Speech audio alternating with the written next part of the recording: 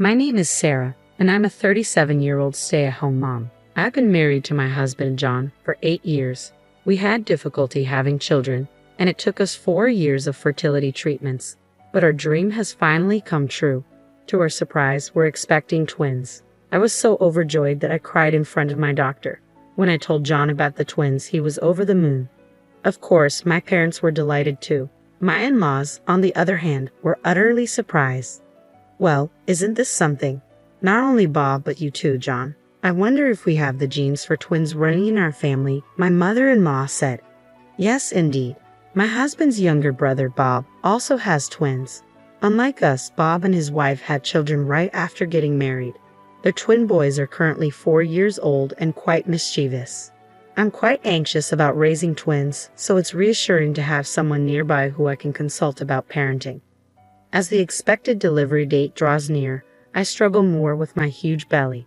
Being pregnant with twins is anything but relaxing. It's a blessing to know that my twins have grown this much without any major issues. These twins are doing their parents a favor even before they're born, I ponder, already feeling like a proud mom as I somehow manage to get the housework done. What's this? This doesn't taste right, my husband complains despite my efforts to keep up with the housework. I'm sorry, I couldn't taste it because I'm feeling sick. What's that about? Your morning sickness should be over by now. You should be in your stable period. Stop making excuses. There's no stable period with a twin pregnancy, I reply. Don't make excuses. You're a stay-at-home mom. At least get your cooking right. And what's with this mess? My husband is always angry and complaining. He doesn't help with anything. He won't even take out the trash. Besides my unsympathetic husband, there's another source of stress. What's with this mess? Just because you're pregnant doesn't mean you can slack off, my mother-in-law says daily. I'm sorry, I've been feeling sick since morning. Seriously, can you even give birth like that? You know you won't be done after just popping babies. Your job as a mom starts only after that. Yes, I'm aware. Now, go fix lunch. My mother-in-law, who visits every day, is my biggest source of stress. Her house is about a 10-minute bike ride away, and she shows up every day around noon, nags at me, has me prepare lunch for her, and continues to nag until she leaves. It's truly baffling behavior. I guess it's okay to leave my father-in-law on his own. I think at my wit's end with her daily assaults. I finally brought it up with my husband. Listen, my due date is approaching, and I'm thinking of going back to my parents' home. I tell him. Huh? Aren't you supposed to be hospitalized before your due date? Just stay here until then. I'm scheduled for a C-section, so I'll be admitted to the hospital a little before my due date. Yes, but we don't know when labor will start, do we? Besides, honestly, it's tough having your mom over every day. What's that supposed to mean?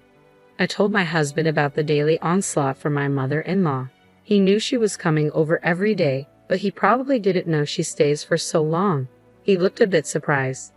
Well, I understand it might seem a bit selfish, but isn't it because she feels comfortable with you? Huh. She feels like being around you. She treats you like her own daughter, doesn't she? So be a little nicer to her. Well, I could stand her before my belly got big, but now it's impossible. Don't you feel anything looking at this belly? As I pointed to my enlarged belly, my husband just shrugged his shoulders. Well, I guess it is big, and it might make moving around difficult. Do you realize how hard it is to walk with this belly? And yet your mom keeps coming over and nagging me every day. She doesn't help at all. In fact, she just bosses me around. It might lead to irreparable consequences. Are you okay with your baby being affected? Well, I certainly don't think I want that. Then please talk to your mother. If you continue to ignore me. As I spoke, my emotions ran high and words slipped out unexpectedly. My husband's eyes widened in surprise. What's that? Are you talking about divorce? If things remain as they are, yes. I'm really at my limit. If I continue to be troubled by your mother, and if you continue to side with her. He probably realized I was serious and let out a deep sigh. I understand. Really? Really? Can't you believe me? It's not that, but to be honest, I'm skeptical. There are signs that you value your mother more than me. Then let's do this. Prepare the divorce papers. Wait, what? If you think you can't trust me and it's not going to work, you can file them whenever you want. How about that? Can you believe me now? Yes. Seeing my husband's determination, I felt relieved. After that, he actually prepared the divorce papers and seemed to have warned his mother. In the end, I didn't return to my parents' place, but after that day, there were no more onslaughts from my mother-in-law until I was hospitalized. I had a C-section and safely gave birth to twins. For a while after that, I stayed at my parents' home, somehow managing the whirlwind of first-time parenthood. However, as a new mom, I struggled to raise my twins. Then one day, my husband came to visit me at my parents' place. "Can you come back home soon?" "Huh? It hasn't even been a month yet." "It's already been a month. Aren't you just having too much fun while leaving the house?" "Fun? I've had no such time. Being a mother of twins is tough. I'm enduring my painfully slow recovery from childbirth because of my advanced age, and yet I'm still taking care of our kids." "So what if you're old? There are plenty of people who don't return to their parents after giving birth. Stop being such a baby and come back home already." After saying those harsh words, my husband left. "Didn't he come to see our kids?" Without even properly looking at his children or holding them, my husband left just like that. While calming down my crying twins, I too became sad and shed tears. Not wanting to strain our marriage, I returned home, shaking off my parents who tried to hold me back. "You finally came back. Do you even understand what it means to be a wife?" The moment I opened the door, these were the words that came out of my mother-in-law's mouth. She was waiting for me, standing there like a guardian statue. Exhausted, I found it hard to even respond, so I silently walked past her. "Hey, don't ignore me." Ignoring her words, I entered the room and was left speechless. "Call this place my home," I muttered, looking at the disastrous state of the house. The kitchen was piled with dishes with no space for cooking. The floor was covered with discarded clothes, garbage from empty lunchboxes, and more. And to think I'd just been away for about a month. Mother-in-law, did you come here while I was away?" "I was here the whole time. I was worried about my son struggling alone." "So you were here all the time and we still have this mess. Worried about your son, and yet you let our home turn into a disaster?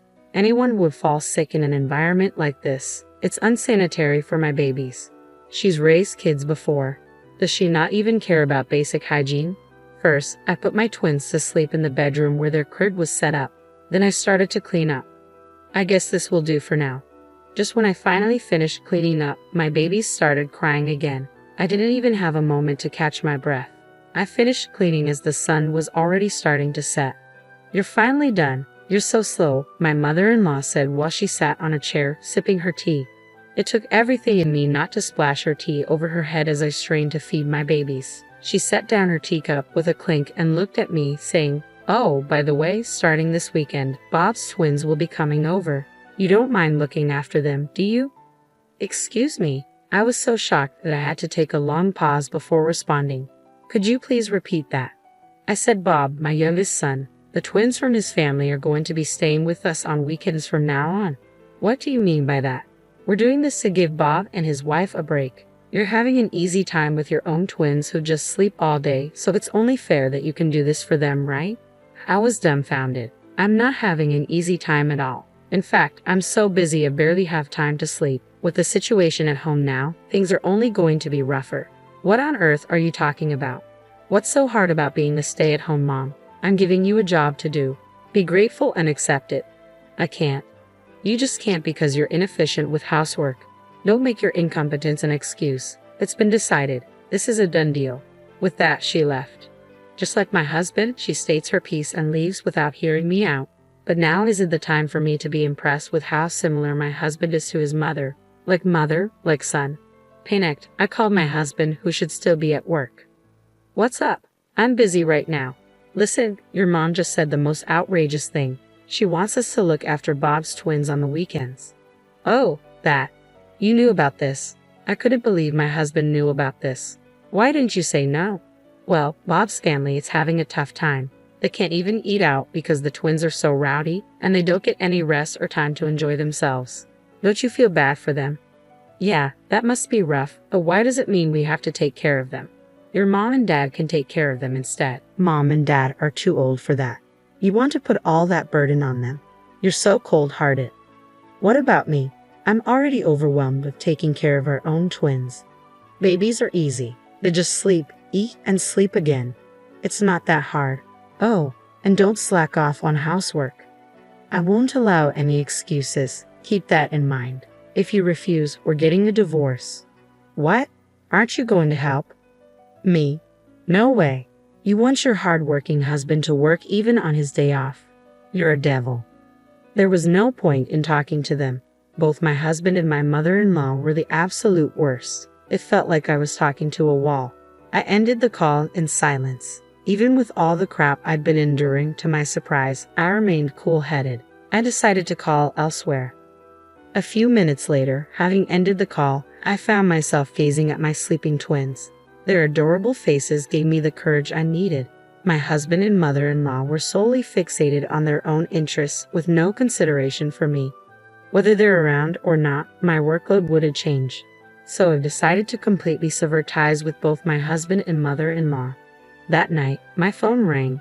It was my husband. Hello. I just got home. Why aren't you here? Where are you? I'm at my parents' house. What? You came back from the hospital. Why are you still at your parents' house? I went back home once and cleaned up. It's clean now, isn't it? So why are you at your parents' house now? Because I'm fed up with you. With that, I ended the call and turned off my phone. I thought he might call my parents' house, but perhaps it was awkward for him if my parents picked up. So no one came. Instead, the next morning, my husband showed up. Hey, Sarah, you're here, aren't you? What the hell are you thinking? To my surprise, my mother-in-law was with him. The lovely mother-son duo had made their appearance. Can you not cause a scene this early in the morning? I responded to their displeased faces.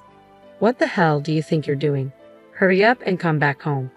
Yes, come back and take care of the house.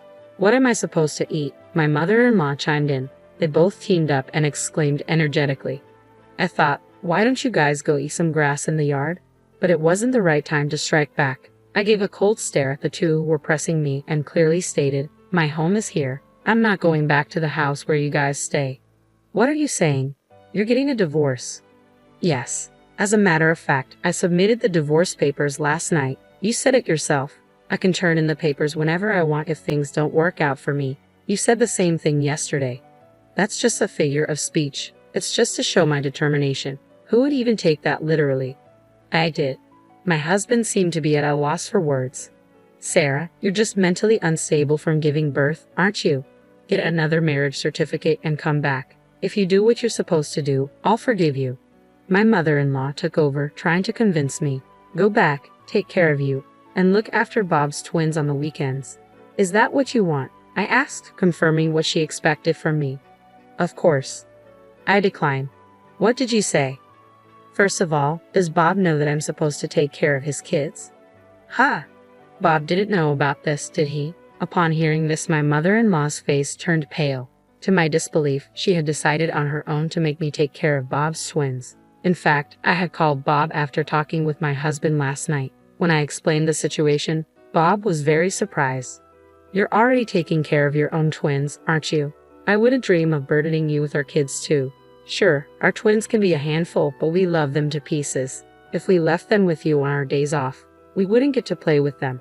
In other words, my mother-in-law had taken it upon herself to assume that Bob and his wife needed help, and she decided to take in the twins without their consent, then tried to delegate the responsibility to me. I could never understand her. The divorce proceedings are done. Can you please leave now?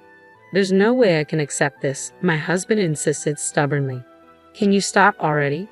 All of a sudden, I heard someone yell from behind. When I turned around, my father was standing there. Dad. He was flustered. You've been saying some pretty selfish things. Have you ever helped out around the house? Do you even look after the twins at all? My husband was searching for words in response to my father's questions. I'm tired from work. Oh, yet I hear that you take breaks all the time without doing any significant work. Even when everyone else is working overtime, you always leave work on time, and yet you're always coming home late. Are you having an affair? No. I was just hanging out. Really? Now you push all the housework and childcare onto my daughter and then go have fun. You have it easy, don't you? Ah, well, that's... In reality, my husband was employed at the company my father runs. While it's a small-scale business, it has a fair number of employees. Among them, my husband had been loafing around, acting high and mighty because he's the CEO's son-in-law. This fact came to light when my father conducted an internal investigation. I had believed he was working hard late into the night, so I couldn't believe what I was hearing. I will ask you to quit the company due to your problematic behavior. There's no reason to keep someone who's not a family member any longer, especially since you've divorced my daughter. What? No way. Get out of here. I'll give you a formal notice tomorrow. Make sure to pack your things at the office early in the morning. My ex-husband, turned pale hearing my father's declaration. As my father turned his back on him and I was about to enter our home, my ex-husband did something completely unexpected. He forcefully pushed me to the side and tried to barge into our home. "Hey, what are you doing?" I yelled as he attempted to shove my father away. "Move. Hand over my kids. If they're with you, you'll come back, right?" My ex-husband was just yelling nonsense. "Don't be absurd, using your own children as a hostage," my father shot back. "Shut up. It's because you won't come back." My ex-husband desperately tried to force his way into our home. I clung to him, trying to prevent his intrusion, while my ex-mother-in-law frantically tried to pull me off him. My father rushed to block the front door from inside. It was utter chaos. If I let him take my children, only the absolute worst could happen. I screamed at the top of my lungs, "Stop!" Just then, I thought I heard the siren of a police car approaching, followed by a sharp braking noise in front of our house. "Officer, over here." "Mom."